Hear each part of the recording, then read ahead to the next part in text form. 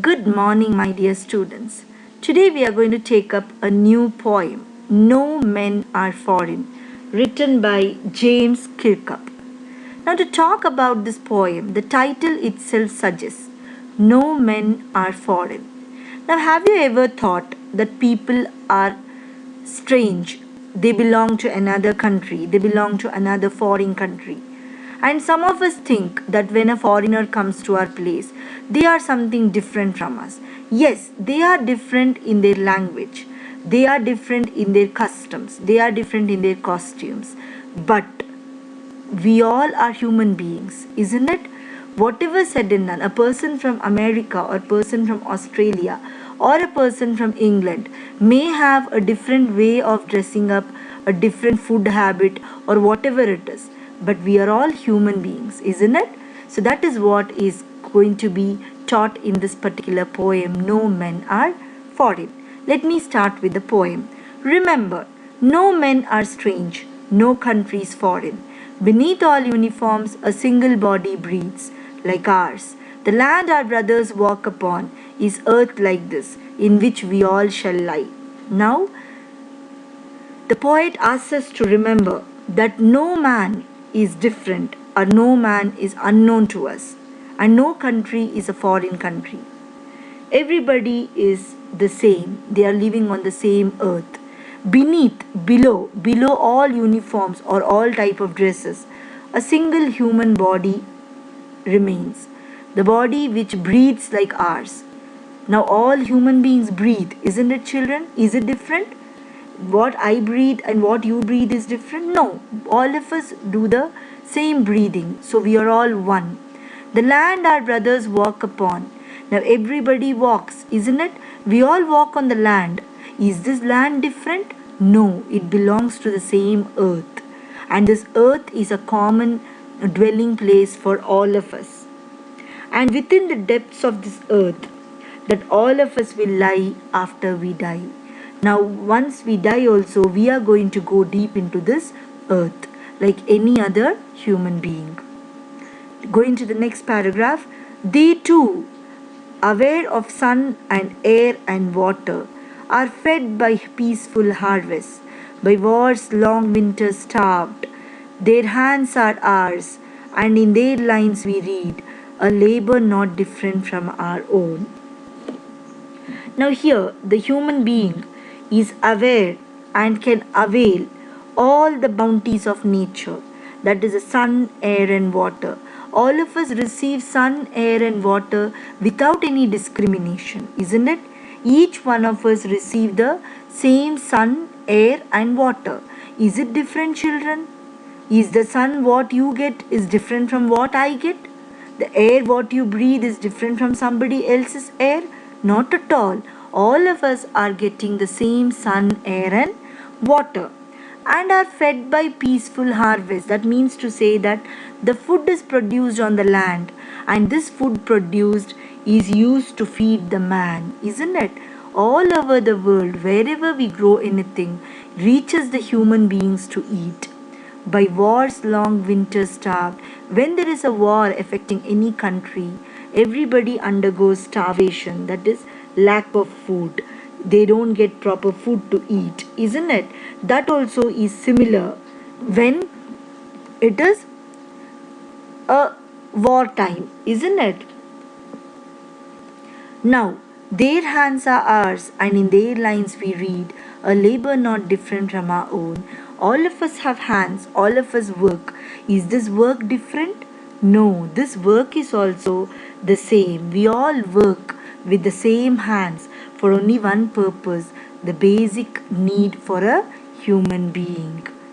Now, next, remember they have eyes like ours that wake or sleep, and strength that can be won by love. In every land is common life that all can recognize and understand. Now, in this paragraph, the poet is reminding us they are also having eyes like us, the eyes which wake up and sleep like us, and understand the strength and emotion of love everyone has in their lives. And it is the same like all of us. Though we are living on a different land, though we are in different places, the life is the same in every place, isn't it? That means we know that life follows a certain pattern that is not different in different parts of the world.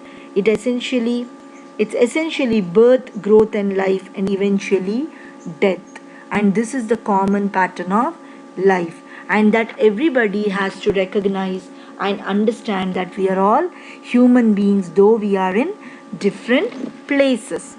So this is about the third paragraph. Now moving on to the last two paragraphs. Let us remember, whenever we are told to hate our brothers, it is ourselves that we shall dispossess, betray, condemn. Remember who take arms against each other. Now see children, when somebody tells you to hate others, that means we should not fall prey to prejudices where we try hating other people. We should never hate any human being. If we are hating any human being, it is like betraying ourselves. Okay, it's like hating ourselves. And and if we are hating somebody, it is like doing injustice to our own brothers and sisters, and we will be blamed for our actions. We will be responsible for destroying the peace and harmony against around us. We'll be destroying the peaceful existence of our own lives. So we should not hate anybody. We should not try to talk wrong about anybody. Everybody are human beings and they have the rights to live, isn't it? Now, in the last paragraph, it is a human earth that we defile. Our hells of fire and dust outrage the innocence of air that is everywhere our own. Remember, no men are foreign, and no countries strange. Now, here in the last paragraph, the poet is telling, now it is the human earth that we defile. Now, if we are going against anything, we are defiling means polluting. It's a human earth, the earth what we are polluting. And whatever hatred, our hells of fire here means extreme hatred and anger, what we show against other people is just like it is like killing the entire peacefulness of our own earth, isn't it? Here, hatred, prejudices, war, and killing releases the dirt of our thoughts, words, and actions into the air we breathe and destroys its purity. It is time that therefore we realize that no one is a foreigner to other. We live in the same space, the earth, and we need to recognize this and learn to live and let live. The world is theirs as much as it is mine and yours. So if I and you can live here, what should prevent them from living here in peace and harmony? So here the poet actually requests us not to have any unpeaceful activities. We should have a peacefulness in our earth because no men are foreign and no countries strange. I hope you understood this poem. In our live class, we'll discuss more about it. I've sent the PDF file of the notes. Please ensure that you copy down the notes in your notebooks.